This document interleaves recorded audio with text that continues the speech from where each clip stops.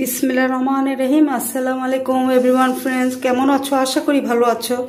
তো আজকে আমি একটা রেসিপি নিয়ে আসলাম, কই মাছ রান্না করব। এটার জন্য আমি ইনগ্রিডিয়েন্টস নিয়েছি, দেখো তোমরা কি কি নিয়েছি। এখানে আমি বগুড়ার আলু নিয়েছি, বগুড়ার নতুন আলু, এটা ছিলে মানে এরকম চেঁচে চেঁচে নিয়েছি। এখানে 100 গ্রাম আলু নিয়েছি। এখানে পেঁয়াজ নিয়েছি আমি 200 গ্রাম দেশি পেঁয়াজ, টমেটো বড় বড় সাইজের 2টা নিয়েছি, ধনে পাতা নিয়েছি।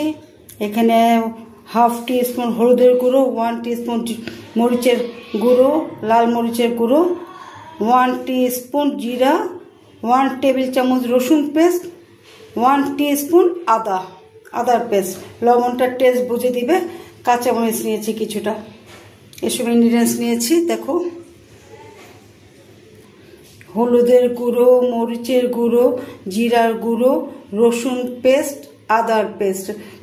কই মাছটার মধ্যে একটু আদা দিতে হয়, তাহলে একটু টেস্টটা ভালো আসে।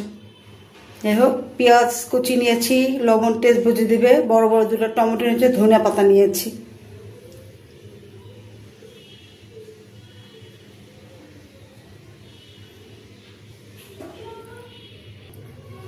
এখানে কই মাছটা আমি হাফ অ্যান আওয়ার কুক করে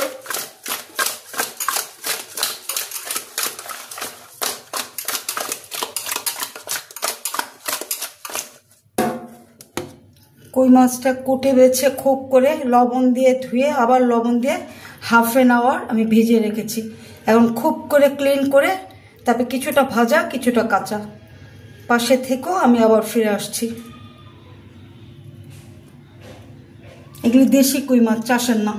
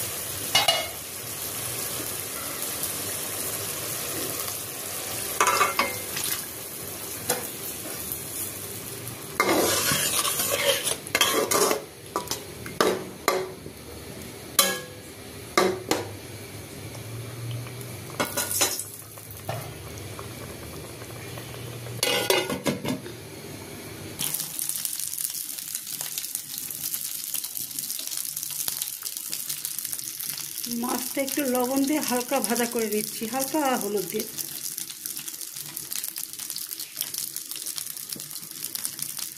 ঘরে কেউ আমরা ভাজা খাই, কেউ আবার কাঁচা খাই। তাই ঘরেরটা ছেলে ঘরে আছে, ওদের নাতি বউ ওরা এইভাবে খাবে ভাজা করে।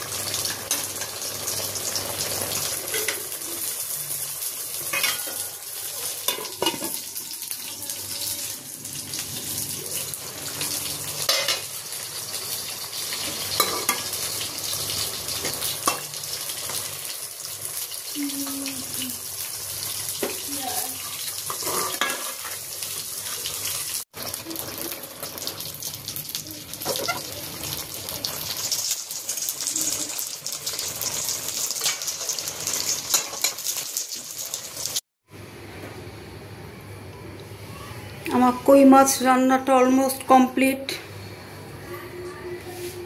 খুব দারুণ স্মেল আসছে। ধনেপাতা, কাঁচামরিচ, দেশি কই মাছ, বগুড়া আলু।